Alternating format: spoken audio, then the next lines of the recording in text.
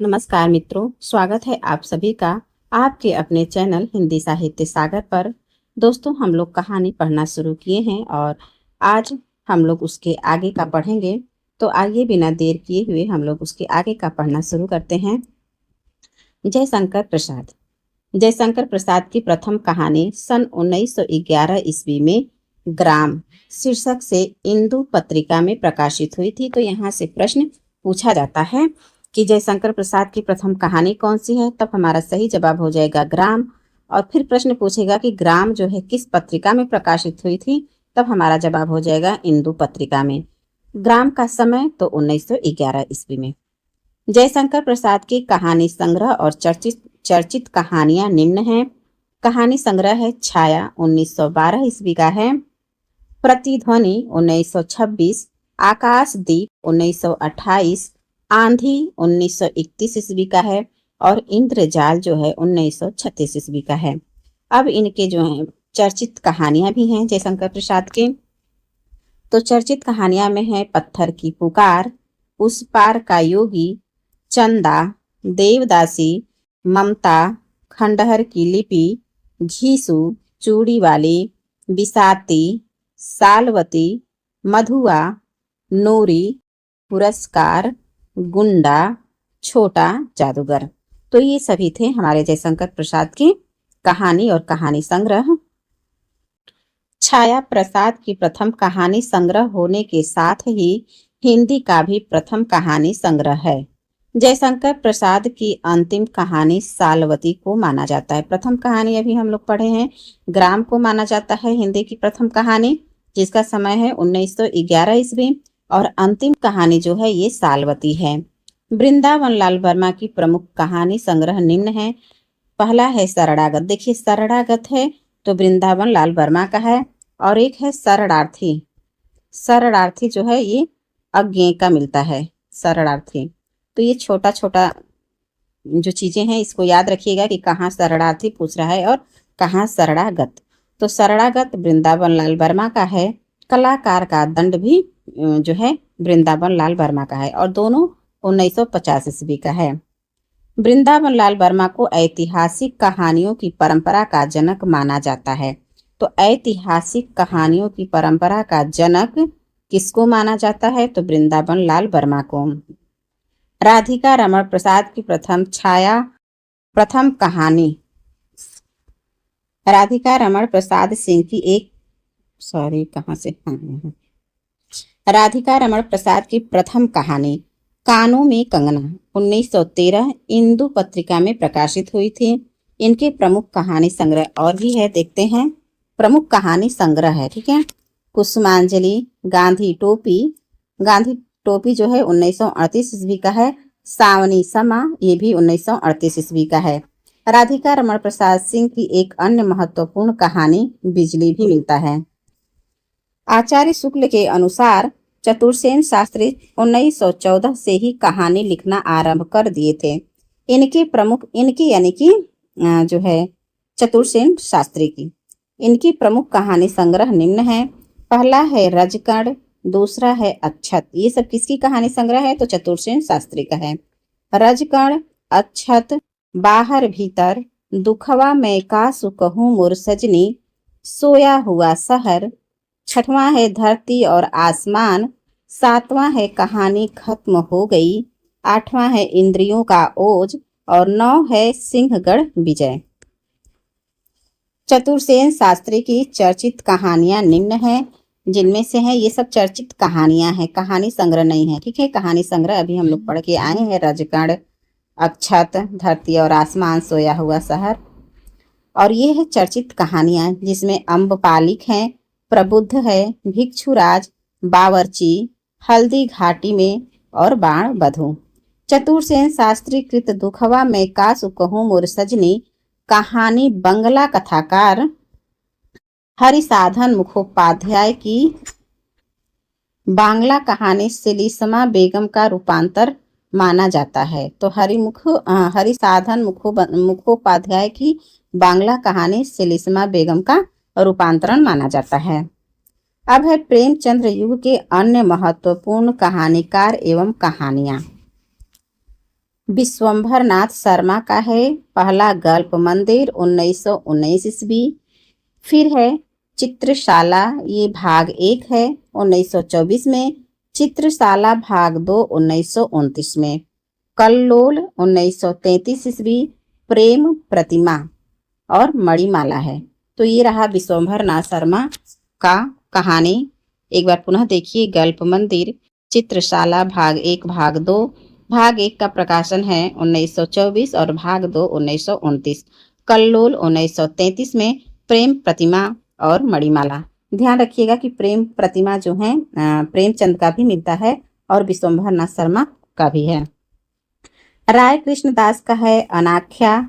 सुधांशु, अनाख्या का समय है 1929। सुधांशु भी 29 का है। आंखों की थाह तथा अन्य कहानियां, ये 1941 ईस्वी का है। राहुल सांकृत्यायन का है सप्तमी के बच्चे 1935। बोलगा से गंगा 1944। तो राहुल सांकृत्यायन का है सप्तमी के बच्चे 1935। बोलगा से गंगा 1944। शिव पूजन सहाय का है महिला महत्व 1922 ईस्वी का है और कहानी का प्लॉट 1928 ईस्वी का है। पदुम लाल पुन्नालाल बख्शी, इनका है अंजलि। दूसरा है झलमला। झलमला 1934 ईस्वी का है और कनक रेखा 1961 ईस्वी का है। बद्रीनाथ भट्ट सुदर्शन, इनका है सुप्रभात 1923 ईस्वी। परिवर्तन 1926। सुदर्शन सुधा 1926। तीर्थ यात्रा 1927। सुदर्शन सुमन 1933। पन्नघट, ये खूब पूछा जाता है, इसको अच्छे से याद रखिएगा। पनघट 1939। नगीने 1947। झरोखे 1939। और झरोखे जो है एक उपन्यास मिलता है, यहीं पे लिख लीजिएगा, भीष्म साहनी का उपन्यास। भीष्म साहनी का उपन्यास। तो ऐसे जब भी इसको पढ़ेंगे तो यहाँ पे कहानी किसका है, तो बद्रीनाथ भट्ट का हो जाएगा। और यहाँ पे अगर लिखे रहेंगे कि भीष्म साहनी का उपन्यास, तो यह भी क्लियर हो जाएगा। तो इसमें सुप्रभात, परिवर्तन और ये पनघट बहुत ही महत्वपूर्ण है, इसको आप अच्छे से याद रखिएगा। चंडी प्रसाद हृदयेश, इनका है नंदन निकुंज 1923 ईस्वी का है और एक है वनमाला। भगवती प्रसाद वाजपेयी, मधुपर्क 1929। दीप मालिका 1930। पुष्करणी 1936। हिलोर 1938 ईस्वी का उपन्यास है। खाली बोतल, मेरे सपने, मेरे सपने किसका है, तो भगवती चरण वाजपेयी का है। ज्वार भाटा 1940 ईस्वी का है। कला की दृष्टि से 1942 का है। उपहार, यह भी 1942 ईस्वी की रचना है। अंगारे 1944 की कहानी है। उतार चढ़ाव 1950। तो ये है भगवती प्रसाद वाजपेयी का। एक बार पुनः देखते हैं क्योंकि ये महत्वपूर्ण है, यहाँ से भी प्रश्न पूछे जाते हैं। तो इनका पहला कहानी है मधुपर्क। दीप मालिका, पुष्करणी, हिलोर, खाली बोतल, मेरे सपने, ज्वार भाटा, कला की दृष्टि, उपहार, अंगारे, उतार चढ़ाव। विनोद शंकर व्यास, इनका है नव पल्लव 1928 ईस्वी। तूलिका 1928। भूली बात 1929। मणिदीप 1945। नक्षत्र लोक 1950। 80 कहानियां 1960। तो ये थे विनोद शंकर व्यास। जनार्दन प्रसाद झा द्विज का है किसलय 1929। मालिका 1930 की है। मृदुदल 1932 और मधुमई 1937 की है। तो ये सभी कहानी किसकी थी, तो जनार्दन प्रसाद झा द्विज की है। एक बार पुनः देखिए, किसलय, मालिका, मृदुदल, मधुमई, जनार्दन प्रसाद झा द्विज की है। बेचन शर्मा उग्र, इनका है कहानी चॉकलेट 1924। शैतान मंडली 1924 का है। चिंगारियां 1925। इंद्रधनुष, घोड़े की कहानी, बलात्कार 1927 ईस्वी का है। बलात्कार, निर्लज्जा 1929 ईस्वी का है। दोजक की आग, ये भी 1929 ईस्वी का है। क्रांतिकारी कहानियां 1939 ईस्वी का है। उग्र का हास्य, उग्र का हास्य, ये भी 1939 ईस्वी का है। गल्पांजलि एक मिलता है इनकी कहानी रेशमी 1942, पंजाब की महारानी 1943, जब सारा आलम सोता है 1951। तो ये सभी था पांडे बेचन शर्मा उग्र की कहानी। ये एक बार फिर पढ़ देती हूँ क्योंकि ये महत्वपूर्ण है। यहाँ से भी एक आध प्रश्न पूछे जाते हैं या मिलान करने के लिए ही दे देगा। तो चलिए अच्छे से कंठस्थ करिए हमारे साथ। पांडे बेचन शर्मा उग्र, इनकी कहानी है चॉकलेट 1924, शैतान मंडली 1924, चिंगारियाँ 1925, इंद्रधनुष, फिर है घोड़े की कहानी, बलात्कार 1927, निर्लज्जा 1929, दोजक की आग 1929, क्रांतिकारी कहानियां जो है 1939 का है। उग्र का हास्य 1939, गल्पांजलि ये कहानी किसकी है? तो पांडे बेचन शर्मा उग्र की ही है गल्पांजलि। रेशमी 1942, पंजाब की महारानी 1943, जब सारा आलम सोता है 1951। एक है चंद्रगुप्त विद्यालंकार की कहानी चंद्रकला, ये 1929 ईस्वी की है। अब है सूर्यकांत त्रिपाठी निराला, इनकी कहानी है लिली 1924 ईस्वी की है। सखी 1935, सॉरी जो लिली है ये 1934 की है, सखी 1935 की है और सकुल की बीबी 1941 की। तो सूर्यकांत त्रिपाठी निराला का लिली, सखी और सकुल की बीबी। भगवती चरण वर्मा, इनका है दो बांके 1936 की है। इंस्टॉलमेंट भी भगवती चरण वर्मा का है। मुगलों ने सल्तनत बख्श दी और मोर्चा बंदी। तो भगवती चरण वर्मा का 4 कहानी है। पहला है दो बांके 1936 का, दूसरा है इंस्टॉलमेंट, तीसरा है मुगलों ने सल्तनत बख्श दी और चौथा है मोर्चा बंदी। पांडे बेचन शर्मा उग्र की कहानी उसकी माँ, एक कहानी है पांडे बेचन शर्मा उग्र की उसकी माँ। तो उसकी माँ के आधार पर नंद दुलारे वाजपेयी ने उग्र को यानी पांडे बेचन शर्मा उग्र को हिंदी का प्रथम राजनीतिक कहानीकार माना है। किसने माना है उग्र को हिंदी का प्रथम राजनीतिक कहानीकार? तो नंद दुलारे वाजपेयी ने माना है। किस आधार पर? तो उसकी माँ कहानी के आधार पर। उग्र की चिंगारियां जो कहानी है, इसमें 12 कहानियों का संग्रह है ये चिंगारियां। तो उग्र की चिंगारियां 12 कहानियों का संग्रह है, जिसे 1928 ईस्वी में अपने क्रांतिकारी विचारों के कारण ब्रिटिश सरकार द्वारा जब्त कर लिया गया था। तो ब्रिटिश सरकार द्वारा उग्र की कौन सी कहानी को जब्त कर लिया गया? तो वो है चिंगारियां। निरालाकृत सखी सन 1945 ईस्वी में चतुरी चमार नाम से प्रकाशन हुआ। इसका जो निराला की सखी कहानी है, इसका प्रकाशन 1945 ईस्वी में चतुरी चमार नाम से हुआ था। अब हम लोग पढ़ेंगे प्रेमचंदोत्तर युग की कहानी को। जैनेन्द्र की कहानियों के माध्यम से पहली बार हिंदी साहित्य में व्यक्ति को महत्व मिला। किसको? व्यक्ति को महत्व मिला। जैनेन्द्र की प्रथम कहानी खेल है। जैनेन्द्र की प्रथम कहानी कौन सी मानी जाती है? खेल मानी जाती है। इसका समय है 1928 और ये विशाल भारत में प्रकाशित हुई थी। इसको कोडिंग भी कर लेंगे कि जो खेल होता है तो वो पूरे विशाल भारत मतलब पूरे भारत में ही होता है और भारत हमारा विशाल है, तो खेल कहाँ होगा? विशाल भारत। तो विशाल भारत पत्रिका में प्रकाशित हुई थी। किंतु जैनेन्द्र ने, ठीक है, इनकी प्रथम कहानी तो खेल मानी है आलोचकों ने, लेकिन स्वयं जैनेन्द्र ने जो है अपनी प्रथम कहानी किसको माना है? तो फोटोग्राफी को माना है। और ये दोनों प्रश्न आप लोग अच्छे से कंठस्थ कर लीजिएगा। जैनेन्द्र के महत्वपूर्ण कहानी संग्रह और कहानियां निम्न हैं। पहले हम लोग कहानी संग्रह को देखेंगे। तो पहला है फांसी 1929, वातायन 1931, दो चिड़िया 1934, एक रात 1935, नीलम देश की राजकन्या 1938, ध्रुव यात्रा कब करती हैं? 1944 में, पाजेब 1948 और जय संधि भी 1948 की है। तो ये रही जैनेन्द्र की कहानी संग्रह। एक बार पुनः देखते हैं जैनेन्द्र की कहानी को। फांसी 1929, वातायन 31, दो चिड़िया 34, नीलम एक रात 35, नीलम देश की राजकन्या 38, ध्रुव यात्रा 44, पाजेब 48, जय संधि 48। अब इनकी चर्चित कहानियों को भी हम लोग पढ़ेंगे।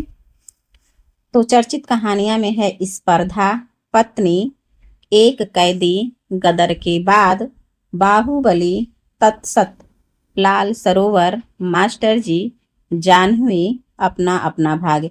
अपना अपना भाग्य बहुत अच्छी कहानी है, ये नेट में लगा भी है। तो देखिए एक बार पुनः देखते हैं इनकी चर्चित कहानियों की। स्पर्धा है, पत्नी, एक कैदी, गदर के बाद, बाहुबली, तत्सत, लाल सरोवर, मास्टर जी, जाह्नवी और अपना अपना भाग्य, ये सभी जैनेन्द्र की कहानी है। जैनेन्द्र कृत स्पर्धा इटली की पृष्ठभूमि पर विदेशी पात्रों को केंद्र में रखकर लिखी गई है। ये महत्वपूर्ण है, इसको याद कर लीजिएगा। इसका विषय पूछता है, प्रश्न पूछता है कि इटली की पृष्ठभूमि पर विदेशी पात्रों को केंद्र में रखकर लिखी गई कहानी कौन सी है? तो स्पर्धा है। अन्य महत्वपूर्ण कहानीकार और उनके संग्रह निम्नलिखित है। आइए एक एक करके हम लोग सबको पढ़ेंगे। पहले हम लोग पढ़ेंगे यशपाल को। यशपाल, इनका है पिंजरे की उड़ान 1939 ईस्वी, ज्ञान दान 1943, अभिशप्त 1943, तर्क का तूफान 1944, भस्मावृत, कहीं भस्माकृत ही मिलता है, कहीं भस्मावृत, चिंगारी 1946, वो दुनिया 1948, फूलों का कुर्ता 1949, धर्म युद्ध 1950, उत्तराधिकारी 1951, चित्र का शीर्षक 1951, उत्तमी की माँ 1955, तुमने क्यों कहा था मैं सुंदर हूँ 1954, सच बोलने की भूल 1962, खच्चर और आदमी 1965, भूख के 3 दिन 1968। तो ये हैं यशपाल। ठीक है, अब यशपाल की कहानी को हम लोग कोड से भी पढ़ेंगे। अगर आप लोगों को अच्छा लगेगा तो याद रखिएगा, नहीं तो आप लोग को जिस कोडिंग के माध्यम से या जैसे भी आप लोग याद रखे हैं, याद रखे रहिएगा। ठीक है, इसका मैं कोडिंग बताती हूँ, देखिएगा, हमारी पढ़ाई से ही संबंधित है। बस एक कल्पना कीजिएगा, यशपाल, तो यश की प्राप्ति करने के लिए क्या करते हैं? यशपाल को रख लीजिए, यश की प्राप्ति। तो यश की प्राप्ति करने के लिए हमें पिंजरे की उड़ान भरनी पड़ती है। ठीक है, पिंजरे की उड़ान भरनी पड़ती है, तभी हमें ज्ञान दान होता है। और ज्ञान दान करने के लिए अभिशप्त होना पड़ता है और अपने अंदर जो है तर्क का तूफान लानी पड़ती है। मान लीजिए जैसे कि अभी हम लोग तैयारी कर रहे हैं, तो अपने अंदर जो है ये सोचते हैं कि कितना ज़्यादा से ज़्यादा ज्ञान भर जाए, कहीं से भी हम लोग ज्ञान इकट्ठा कर लें। उसके लिए हमें अभिशप्त होना पड़ता है और हमारे अंदर जो है तर्क का तूफान उठता रहता है। फिर भस्माकृत चिंगारी भी जलती है। ठीक है, कि कितना हम पढ़ लें, किस तरह से पढ़ लें कि हमें याद हो जाए। जब ये सारी चीज़ें हम लोग कर लेते हैं और जब हमें सफलता मिल जाती है, तब वो दुनिया वाले लोग जो होते हैं, तभी हमें, हमारे अंदर हम कितना परिश्रम किए ये नहीं देखते हैं, लेकिन जैसे ही हमें सफलता मिलती है तो वो दुनिया वाले लोग क्या करते हैं, हमें फूलों का कुर्ता पहनाते हैं। फूलों का कुर्ता यानी फूलों का माला। ठीक है, तो वो दुनिया के लोग जो हैं हमें फूलों का कुर्ता पहनाते हैं और धर्म युद्ध के लिए उत्तराधिकारी बनाते हैं। ठीक है, और हमारी प्रशंसा करते हैं। आजकल यूट्यूब पर देख रहे हैं लोग, जितने भी कोचिंग वाले सर जी लोग हैं, किस तरह से अपने छात्रों का प्रचार प्रसार कर रहे हैं। तो वही चीज़ है कि वो दुनिया वाले हमें फूलों का कुर्ता पहनाते हैं, धर्म युद्ध का उत्तराधिकारी बनाते हैं और फिर हमारा तस्वीर वगैरह लेकर के चित्र का शीर्षक भी बनाते हैं। ठीक है, ये तो एक पार्ट में हो गया कि हमें ज्ञान जो है यश की प्राप्ति करनी है, तो पिंजरे की उड़ान भरनी होगी, ज्ञान दान देना होगा, उसके लिए अभिशप्त होना होगा, फिर तर्क की तूफान हमारे अंदर जागेगी और भस्माकृत चिंगारी निकलेगी, तभी हम लोग सफल होंगे। फिर जब सफल हो जाएंगे तो वो दुनिया वाले जो हैं लोग, वो हमें फूलों का कुर्ता पहनाएंगे, धर्म युद्ध का उत्तराधिकारी बनाएंगे और चित्र का शीर्षक भी बनाएंगे। फिर अब रहा आगे क्या है कि उत्तमी की माँ होती हैं। उत्तमी की माँ कहती है कि तुमने क्यों कहा था मैं सुंदर हूँ। ठीक है, तुमने क्यों कहा था मैं सुंदर हूँ, ये बात कौन बोलती है? उत्तमी की माँ बोलती है। तो लोग कहते हैं कि अरे सच बोलने की भूल हो गई, इसीलिए तो खच्चर और आदमी भूख के 3 दिन बाद भी मेरे पीछे पड़े हुए हैं। तो तुमने क्यों कहा था मैं सुंदर हूँ, कौन बोलती है? उत्तमी की माँ बोलती है क्योंकि तुमने क्यों कहा पहले आएगा। ये 54 का है। तुमने क्यों कहा था मैं सुंदर हूँ, कौन बोला, उत्तमे की माँ बोली। ये कब की है, 55 की है। फिर लोग कहते हैं अरे सच बोलने की भूल हुई 62 में, इसलिए खच्चर और आदमी 65 में भूख के 3 दिन तक हमारे पीछे पड़े। तो ये थे यशपाल। और आप लोगों को अगर अच्छी कोडिंग लगी हो तो जरूर बताइएगा। आगे अब हम लोग पढ़ेंगे ईलाचंद जोशी को। ईलाचंद जोशी ये जो है धूप रेखा इनका 38 का है। दिवाली और होली यह भी 42 का है। ये रोमांटिक छाया 43 का है। आहुति 45 का है। खंडहर की आत्माएं 48 का है। डायरी के नीरस पृष्ठ 1951 का है। कटीले फूल लजीले कांटे 1957 का है। तो इसको भी हम लोग कोडिंग के थ्रू देखते हैं। जो ईलाचंद जोशी हैं ये जोश में आकर के धूप और रेखा लाते हैं। ठीक है, धूप और रेखा यानी अगरबत्ती वगैरह, धूप रेखा लाते हैं। कब लाते हैं, दिवाली और होली के अवसर पर लाते हैं। उसी समय लोग पटाखा वगैरह जलाते हैं ना। तो ईलाचंद जोशी जोश में आकर के धूप रेखा लाते हैं होली दिवाली के अवसर पर। फिर रोमांटिक छाया से बचने के लिए आहुति देते हैं खंडहर की आत्माएं को। रोमांटिक छाया से बचने के लिए लोग पूजा पाठ नहीं करते हैं दिवाली वाले दिन कि कोई हमारे मतलब वो संकट वगैरह ना आए। फिर ये रोमांटिक छाया से बचने के लिए आहुति देते हैं खंडहर की आत्माएं को। फिर जब खंडहर की आत्माएं आती हैं तो डायरी के नीरस पृष्ठ हो जाते हैं और कटीले फूल लजीले कांटे बन जाते हैं। तो ये थे ईलाचंद जोशी। अब है अज्ञेय। तो अज्ञेय का है विपथगा 1937। परंपरा 1940 की है। कोठरी की बात 1945। शरणार्थी 1948। देखिए शरणार्थी कहानी अज्ञेय की है। और एक अभी हम लोग पढ़े हैं शरणागत। शरणागत ये किसकी कहानी है आप लोग कमेंट में बताइएगा। देखते हैं कि अभी अभी पढ़ के आए हैं आप लोग, याद है कि क्या है आप लोगों को। तो शरणार्थी अज्ञेय का है और शरणागत आप लोग बताएंगे। जयदोल ये तेरे प्रतिरूप अमर बल्लरी। तो ये सभी किसका है, अज्ञेय का है। आगे है उपेंद्र नाथ अश्क। तो अश्क का है पिंजरा। पिंजरे की उड़ान यशपाल का भी हम लोग पढ़ के आए हैं। सिर्फ पिंजरा रहेगा तो उपेंद्र नाथ अश्क का है। अंकुर पिंजरा कब का है, 1944 का है। अंकुर 1945। छींटे 1949। बैगन का पौधा 1954। 70 श्रेष्ठ कहानियां 1958। पलंग 61 और आकाशचारी 66। तो ये उपेंद्र नाथ अश्क हैं। तो अश्क को बना देंगे इश्क। तो उपेंद्र नाथ अश्क जो है इश्क में पिंजरा लेकर के जाते हैं और उसमें देखते हैं कि अंकुर निकल रहा है। तो जब अंकुर निकला तो उसमें पानी के छींटे मारते हैं। छींटे जब छींटे मारते हैं तो उसमें से बैगन का पौधा निकलता है। तो फिर उसी पर 70 श्रेष्ठ कहानियां लिखते हैं पलंग पर बैठ करके और आकाशचारी बन जाते हैं। अब हैं विष्णु प्रभाकर। ये तो बहुत ही महत्वपूर्ण है, इनको भी अच्छे से कंठस्थ कीजिएगा। अभी आप लोगों को उपेंद्र नाथ अश्क का याद हो गया होगा, एक बार फिर से पढ़ लेते हैं। उपेंद्र नाथ अश्क का है पिंजरा। पिंजरा लेकर के, हाथ में पिंजरा लेकर के जाते हैं। उसमें देखते हैं कि अंकुर निकला हुआ है, लेकिन इनको पता नहीं चलता है कि ये अंकुर किसका है। फिर भी ये उस पर पानी का छींटे मारते हैं। क्या मारते हैं, छींटे मारते हैं। तो जब छींटे देते हैं पानी देने पर वो तो बढ़ेगा ही। जब बढ़ता है तो देखते हैं कि वो तो बैगन का पौधा है, बैगन का पौधा। तो इसी पर वो 70 श्रेष्ठ कहानियां लिखते हैं पलंग पर बैठ करके और आकाशचारी हो जाते हैं। अब हैं विष्णु प्रभाकर। आदि और अंत, रहमान का बेटा, जिंदगी के थपेड़े, धरती अब भी घूम रही है। आदि और अंत 1945 का है। रहमान का बेटा 1947 का है। जिंदगी के थपेड़े 1952 का है। धरती अब भी घूम रही है, ये 1900 यहाँ डेट नहीं दिया है, रुकिए अभी मैं बता रही हूँ।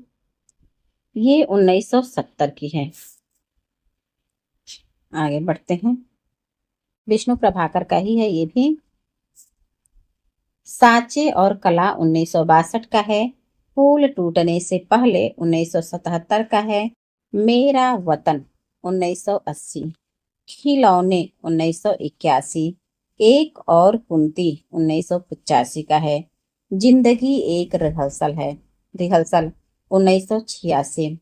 आसमान के नीचे 1989, कर्फ्यू और आदमी 1994, आखिर क्यों 1998, मैं नारी हूँ 2001, जीवन का एक और नाम 2002, ईश्वर का चेहरा।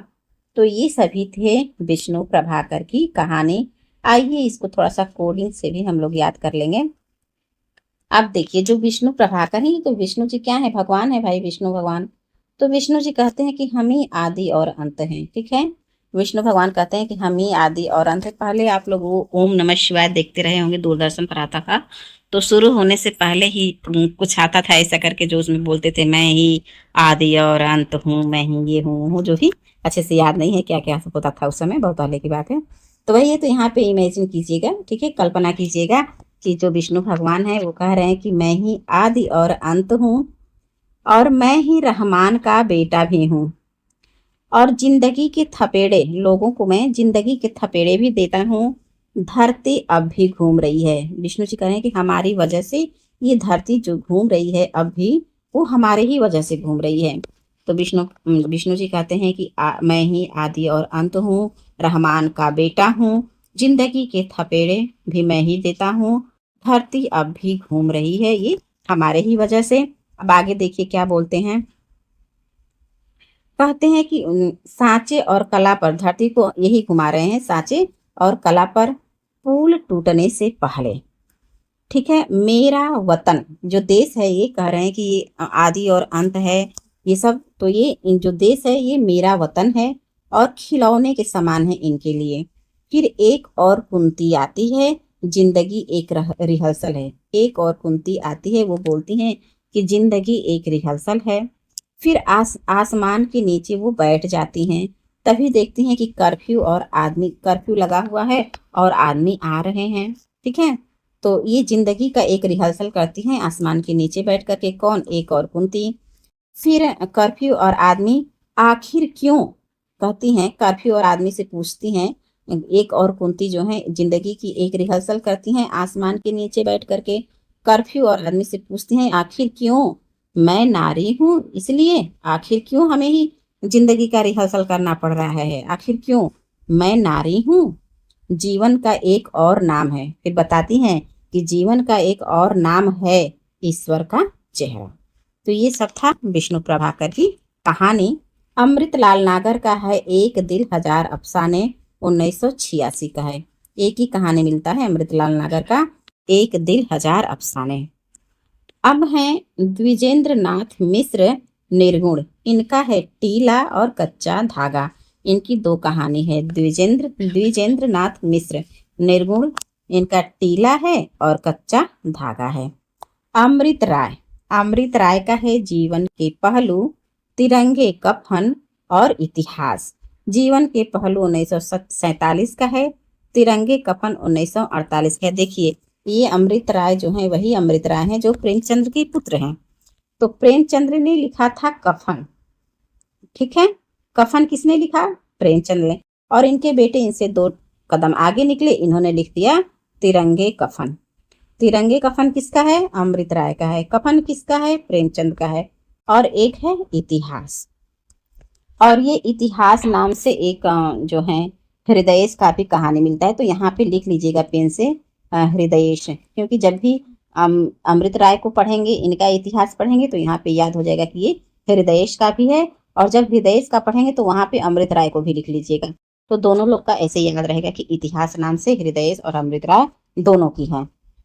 आगे है रांगे राघव, इनका है साम्राज्य का वैभव, 1947। साम्राज्य का वैभव 1947। समुद्र का फेन, यह भी 1947 का है। देवदासी 1947। जीवन के दाने 1949। अधूरी मूरत 1949। अंगारे न बुझे 1951। इंसान पैदा हुआ 1951। तो रांगे राघव का अभी याद कर लीजिए हमारे साथ ही।